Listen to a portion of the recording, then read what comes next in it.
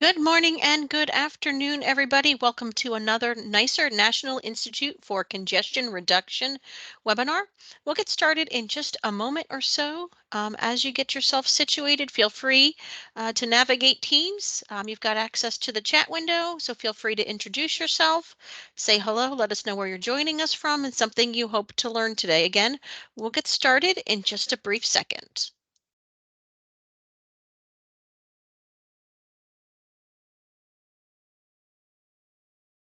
Again, good afternoon, everybody, and welcome to another NICER National Institute for Congestion Reduction webinar, Congestion Reduction Training for MPO board members. My name is Stephanie Lewis. I will be your moderator today. Let me tell you a little bit more about the Microsoft Teams environment before we introduce our speakers. If you are interested in signing up for the NICER listserv or any notifications from NICER, please visit the NICER website at nicer.usf.edu. You can view all of our recordings and again, sign up for that NICER mailing list. If this happens to be your first time using Microsoft Teams, I did want to give you a little bit of an overview.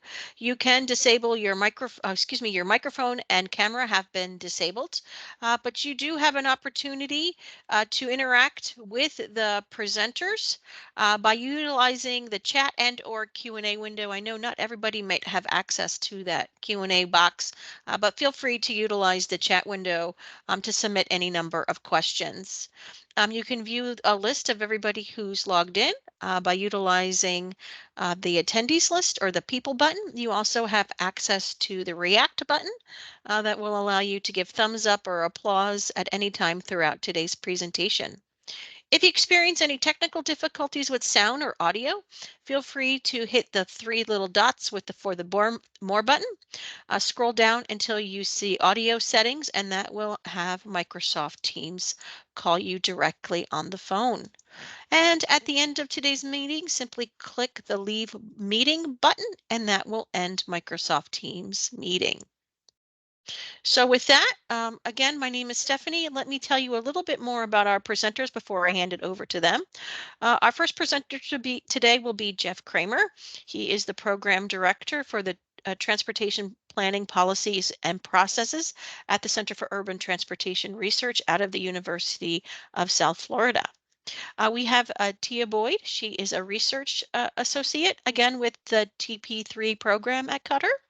And then we have Taylor Deinhardt. Again, she is also a research associate with the TP3 program here at Qatar. So with that, it is my pleasure to hand the presentation over to Jeff. So go ahead, Jeff, take it away.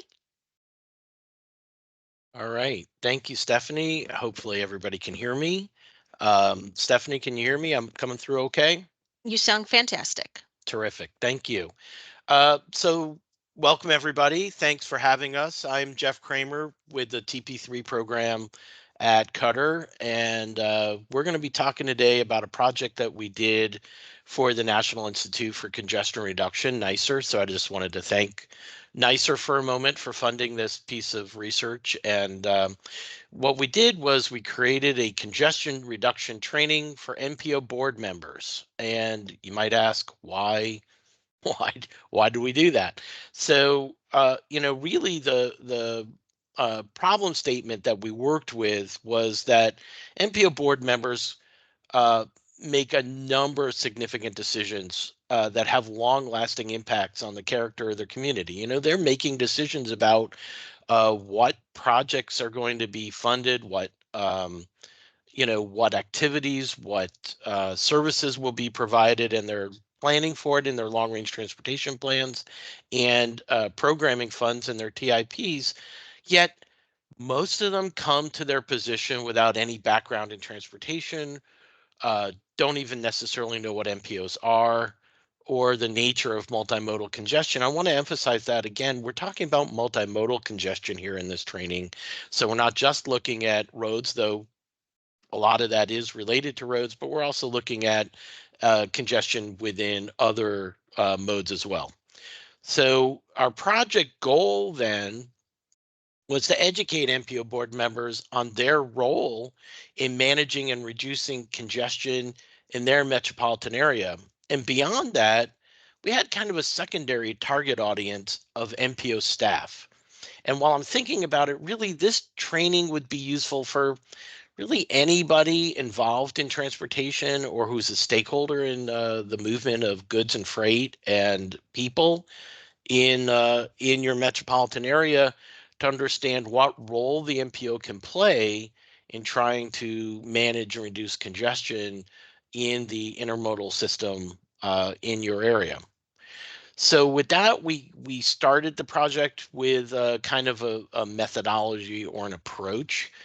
First, we started by assembling a project advisory committee, what we referred to as the PAC, to guide our training course development, because to be honest, we don't necessarily know everything as much as we might like to think that we do. And so having a PAC to give us some expert guidance was very, very useful as part of this project.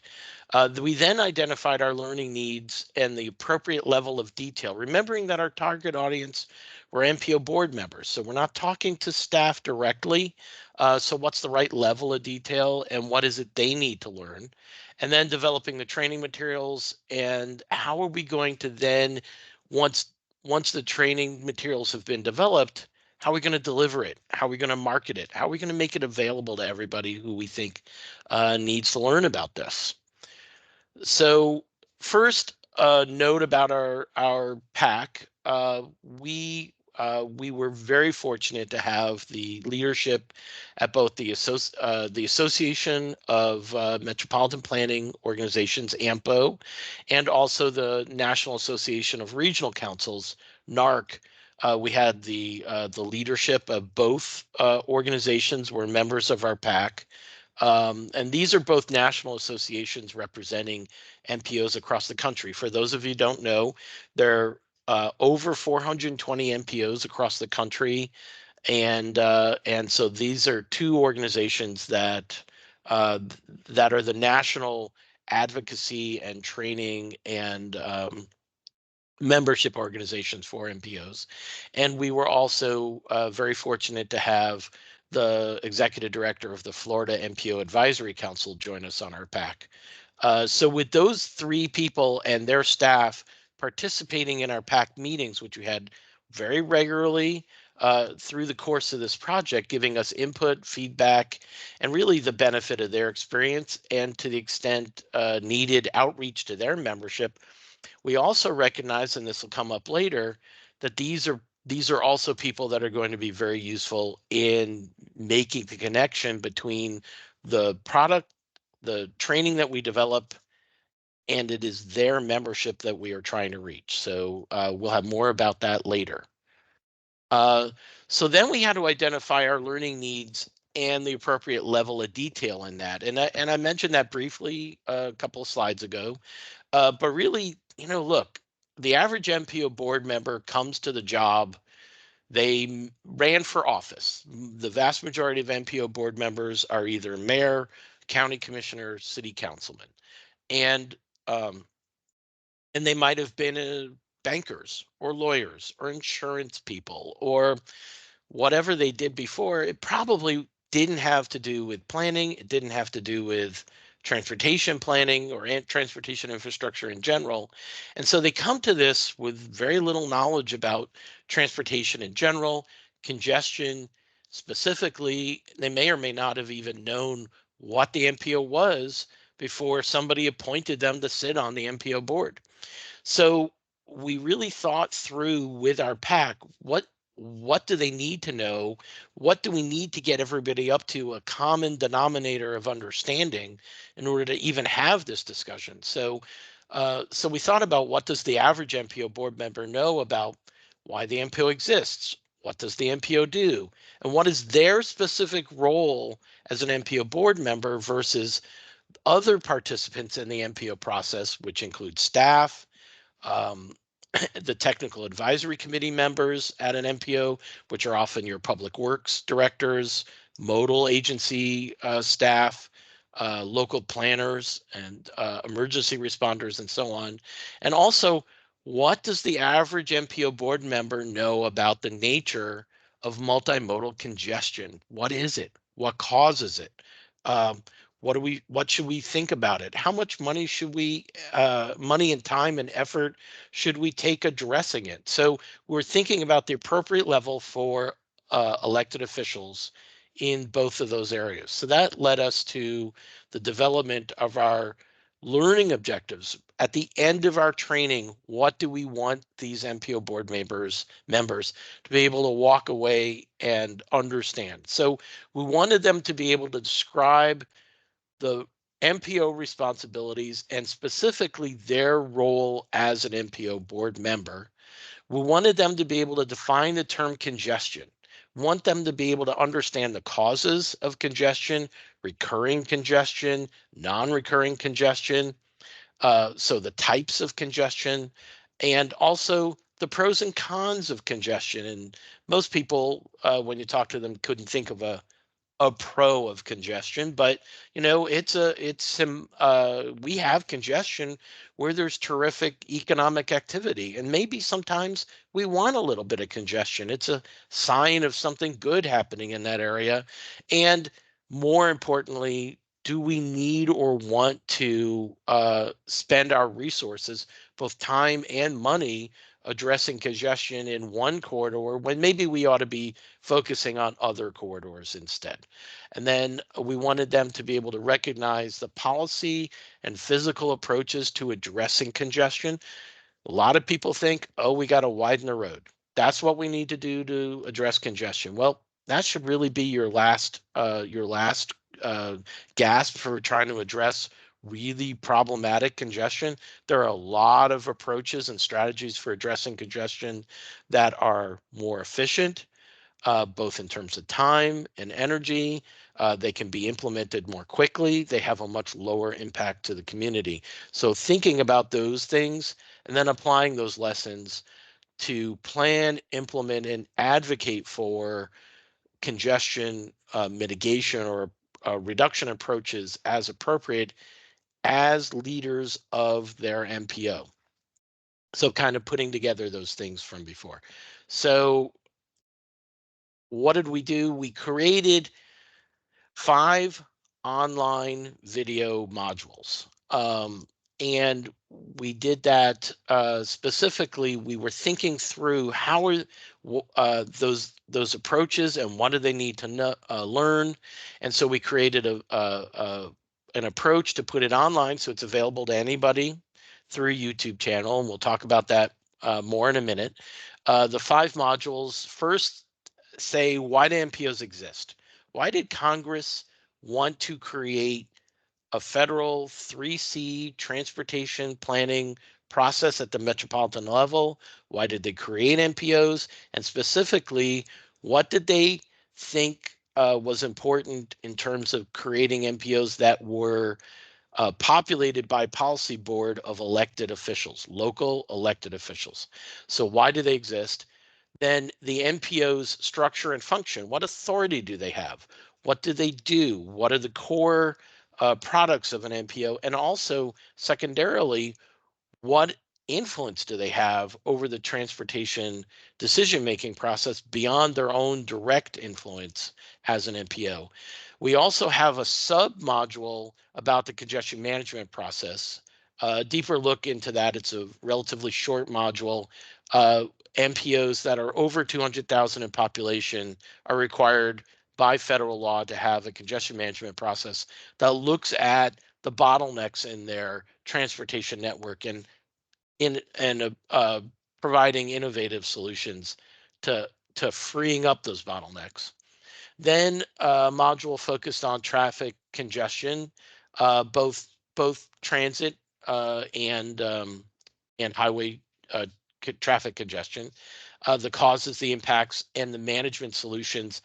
And then the final module, putting it all together. So what can MPOs do to reduce congestion on our multimodal transportation network? And with that, I'm going to hand it over to Taylor.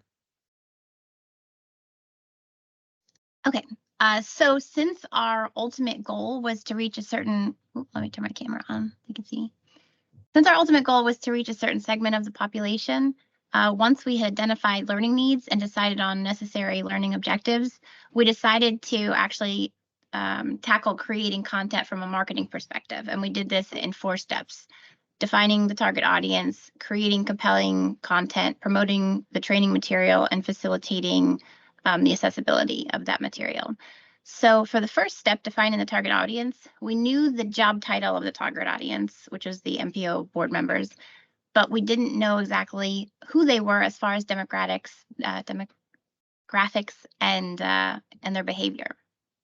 So we conducted a scan of MPO board members. We split the country into 8 regions, used a random number generator to help us select an MPO from each region, and then another number generator to pick 10 MPO board members from each of those 8 MPOs.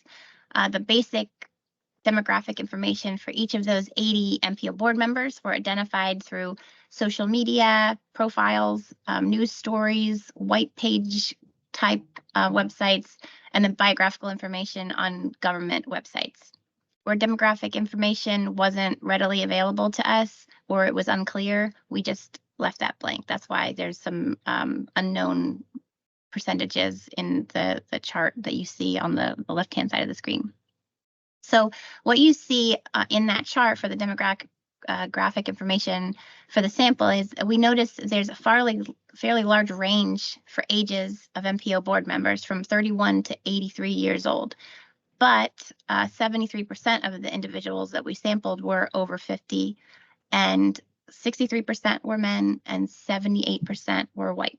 And then for the most part, it's not shown on this table, but we also looked at their education levels. For the most part, individuals in the sample had a bachelor's degree, with younger board members tending to have master's degrees, while smaller numbers of board members sometimes only had a high school diploma or a GED.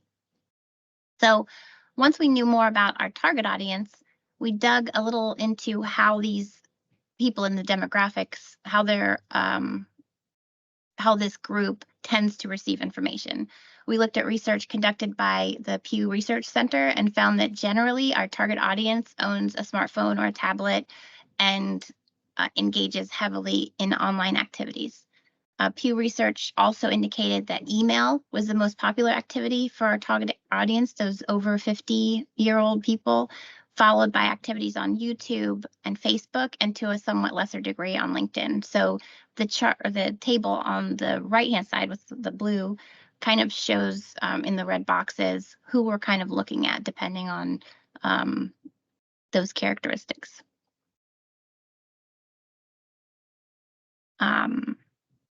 And I will hand it over to Tia now. All right, thank you. So once we understood who our target audience was and how they tend to receive resources and information, we began developing those resources. One key element of this training was the YouTube channel, and we used that to support training goals and to ensure ease of access for persons wanting to receive the training. So this was a way to ensure that the videos would be housed in one single location. It ensured that it would have perpetuity. So even once the project was over, people would still be able to access the resources and view the videos that were created for this training. Each video includes a detailed description of the module, and where necessary, it included links to relevant resources so that they can be clicked. They're time-stamped where they are mentioned in the video. And the whole goal of this was to just make viewing and accessing information as easy and as streamless as possible. So on the slide, you'll see a link to the YouTube channel if you would like to check it out. You can also search MPO Congestion Reduction Training on YouTube, and the entire channel for the training will show up. And here's a look at what that page will look like. And you can see the playlist. We see all 5 videos, so modules 1 through 4, and then that submodule that Jeff mentioned, module 2.1. And so because this page is dedicated to the training, these are the only videos that are that will show up. So there won't be any worry about searching or scrolling through. This is all that the website, that the YouTube page contains. Here you can see the About section for the YouTube page, and we included links to the NYSER project page. So if you want more information about the project itself, the training manual, which is a companion to the videos, and downloadable PowerPoint slides and PDFs. And I'll talk about these, the slides and the PDFs a little more and why they were also so important to this training. But I also want to mention that under each individual video for the module, there's also links to the same information.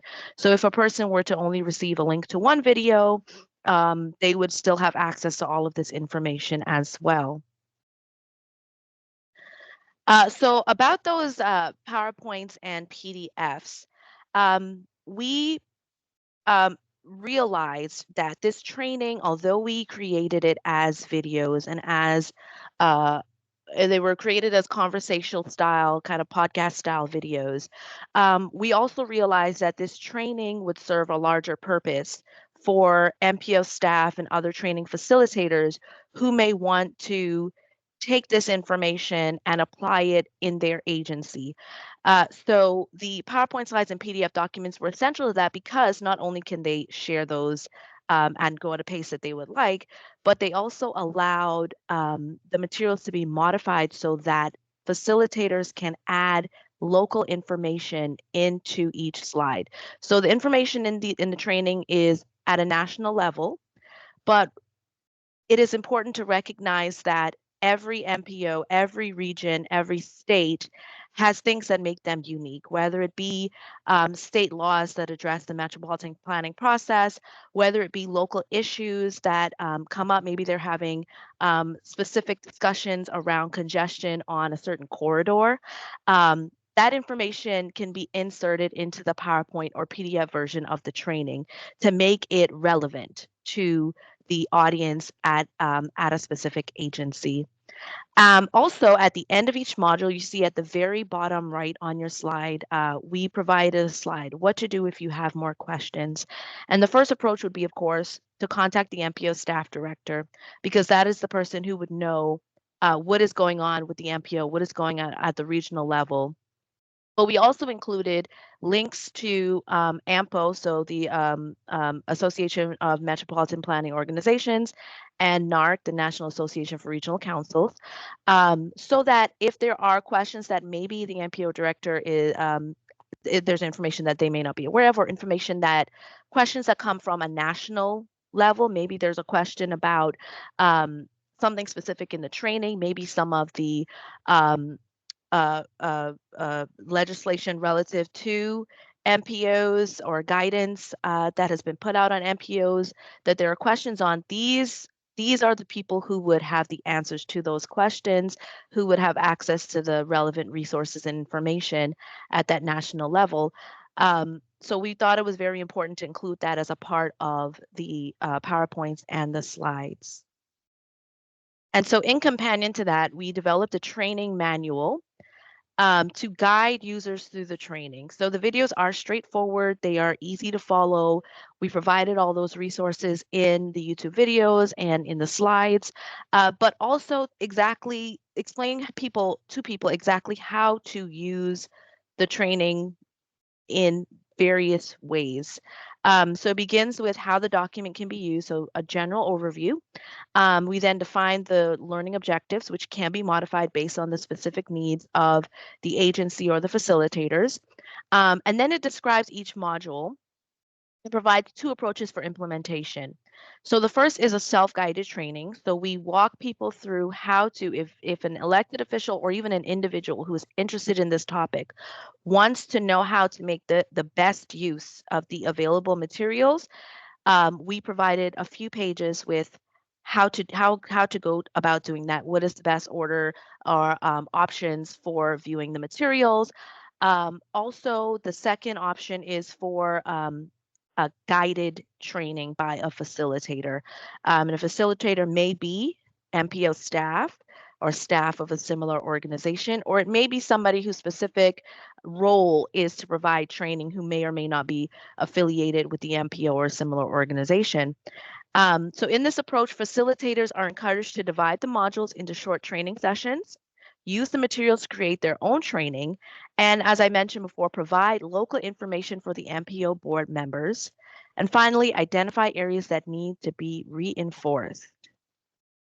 At the end of the training manual, to ensure that the learning objectives are met and that any gaps are identified, areas that need to be reinforced are also identified, we provided a worksheet and an answer key at the end. These are really short, 4 to 5 questions per module, and really just to identify if there's something that was missed or something that was not very clear. They can be circled back and touched on again. These can also be used in the self-paced training or the self-guided training as a test your knowledge option. So back to Taylor. Okay, and I'm going to talk a little bit about our branding. So we prioritize maintaining consistent branding across all created materials to ensure coherence and recognition among our target audience. Here you'll see a snapshot of the colors, fonts, and imageries that we used.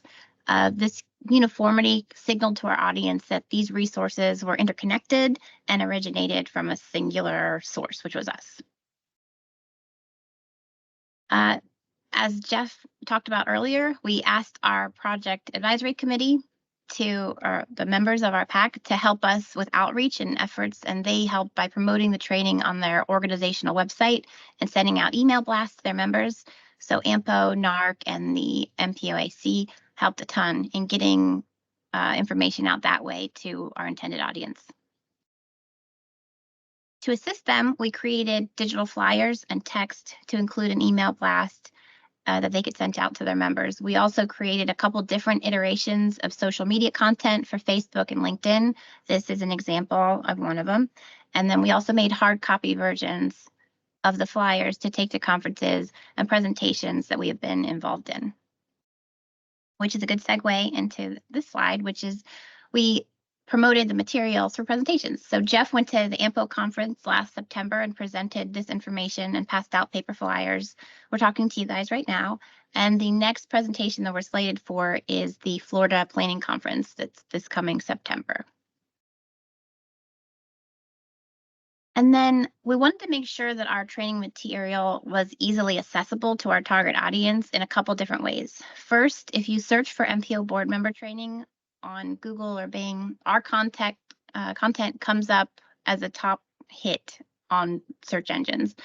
So any of these links that that are the first hits when you search for it will take you to first whatever that website is. But on each of those websites, there's a link to our content on YouTube. And then once you get to YouTube, as Tia was saying, all of the content is available there.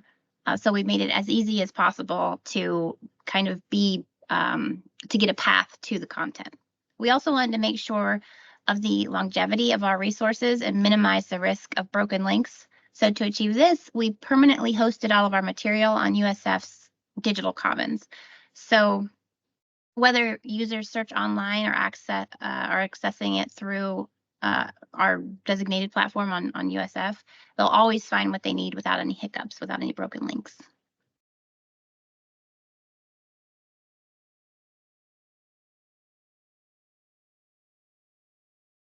Tia, you want to take back over? Yes, absolutely.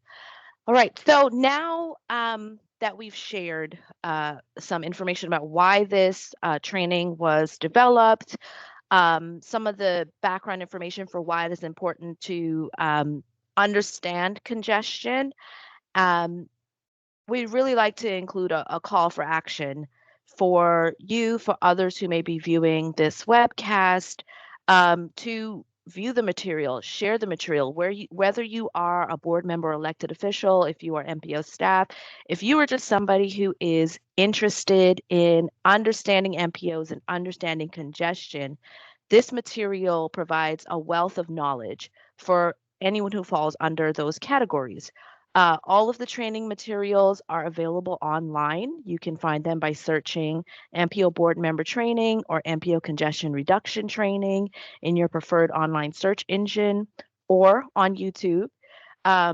Be sure to subscribe to the YouTube page while you're there. We encourage agency staff, governing board members, and others interested to seek out relevant local information as well. As mentioned, the training provides a very high level national look at congestion and what congestion has to do with MPOs. But there is a lot of local information out there as well. So we encourage you to seek out that local information. If you are a training facilitator, if you're somebody who does training on these types of topics, don't forget that the modules can be downloaded as PDFs or PowerPoints, and that additional slides can be inserted where needed. It can be used as plug and play, so you can take the slides and take the information that you need and apply it to a larger training program if there is one. And then check out the training manual. It is a great resource for developing training as a guide or for self-paced training, and also for testing knowledge. Those questions at the end, they're really short, really quick, and there's also an answer key so that we're not leaving it up to you to figure out and go back and search those answers. We provide those as well.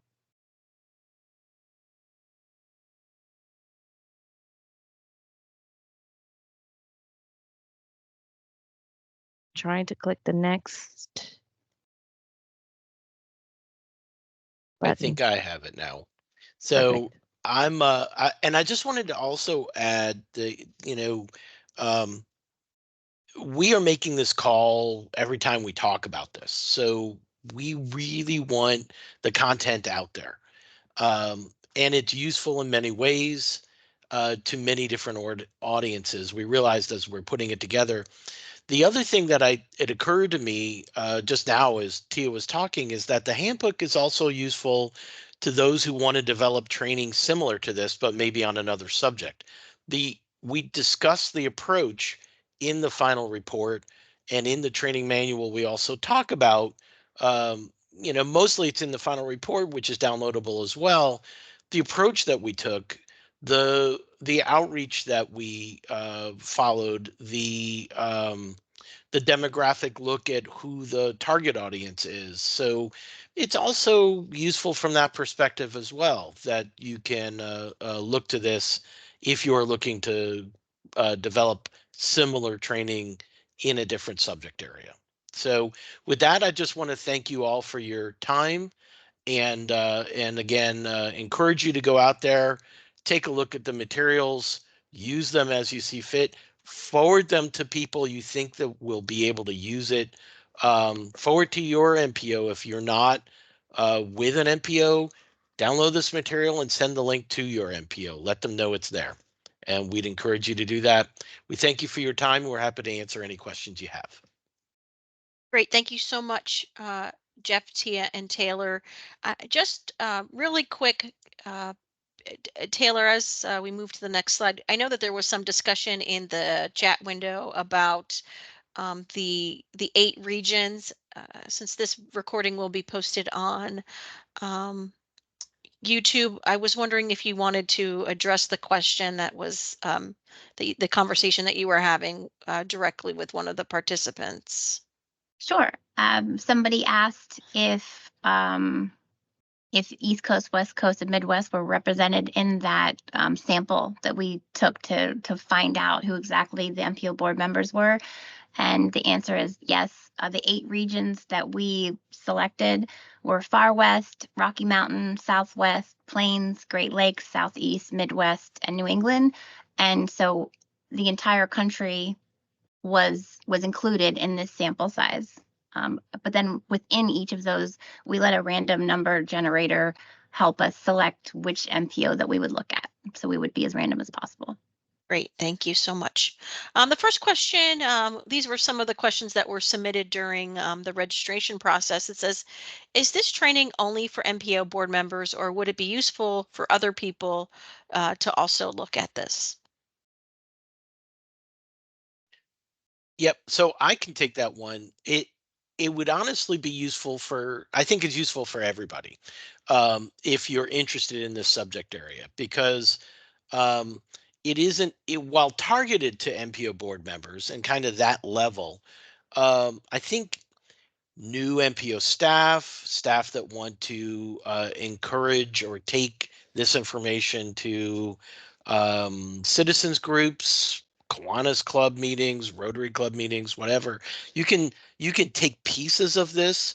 Also, to be honest, the first two modules have to do with why do MPOs exist and what is the role of an MPO board member, and then the authority and responsibilities of MPOs. And that could be useful in any number of contexts. So, I think you don't need to be an MPO staff person or an MPO board member to find the material useful. If you want to understand the causes of congestion and the types of congestion and some of the approaches through technology and design um, on on addressing congestion. That's in module 3. How you put it all together, that's in module 4, and you could be bringing that to a city council or to a county commission, or maybe a modal authority, as easily as you could be bringing it to an MPO. So I think a little modification, and you could really make it work in many contexts. Great, thanks, Jeff. And this question sort of is a follow-up to the remarks you just made, specifically about the individual modules. Do you need to watch all of the modules? Do they have to be completed in order? Just any kind of information you can provide about the actual, the content itself. I can answer that one. So we specifically made it so it's kind of a plug and play kind of a situation. So you definitely don't need to watch them in order. You don't need to watch all of them. You can pick and choose which one you're most interested in, or the pieces of information that you know the least about that you want to know more about. And there's nothing,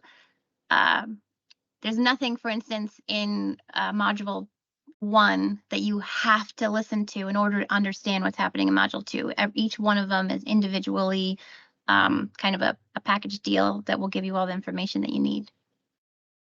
Great, thanks. So they're sort of standalone content.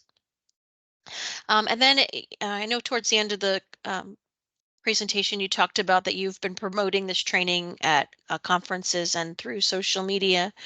Do you have any feedback about, have you received any feedback about the material so far? And do you have any idea of how many people have watched it? Yeah, sure, I can take that one. So the feedback we've received so far has been positive. It's been well received by those who have viewed it or who have taken a look at it. The last time we checked the YouTube page, there were over 600 views. And interestingly enough, Module 1, which is the module on the historical roadmap of transportation policy, and Module 3, which is on causes, impacts, and the causes, impacts, and strategies to manage congestion. Those had the most views on the YouTube page. So generally, the what are MPOs? What do MPOs do? And then what give us the basics about congestion? Those are the ones that have been watched the most. And then for the modules, the training manual, and the other elements of the report as well, we got a little over 300 downloads so far on that. So at this point, I think it's safe to say that it's being received, it's being viewed, and the feedback we've gotten has been very positive. I would add, just anecdotally, that just earlier this week, I had email from somebody. They were talking about training, and then they said, "Oh, and by the way, I'm aware of the videos that you put out, and I'm going to be sharing those with my board members." So I know there's at least one MPO out there that even as recently as a couple days ago said, "Hey, we're going to make use of this." So it feels pretty good as somebody putting something like this together to hear somebody say, "Hey, we're going to use it." That's the point. So we encourage you to do the same. Wonderful. Thank you, Jeff. Tia and Taylor for all of the wonderful and great information. I have placed the evaluation on your screen. If you can click the link for SurveyMonkey and or scan that QR code with your cell phone, that will allow you to submit any feedback. That feedback is not only important to our presentation today, but also to our presenters today, but also the entire NYSER webcast series. It doesn't look like we have any additional questions. As I mentioned, this webinar has been recorded. It will be posted. The recording will be posted on the NYSER website, available through YouTube. So our next webinar will be scheduled and will again be available for enrollment. So again, on behalf of the National Institute for Congestion Reduction, thank you so much for joining today's webinar, and we'll see you all real soon. Bye, everybody.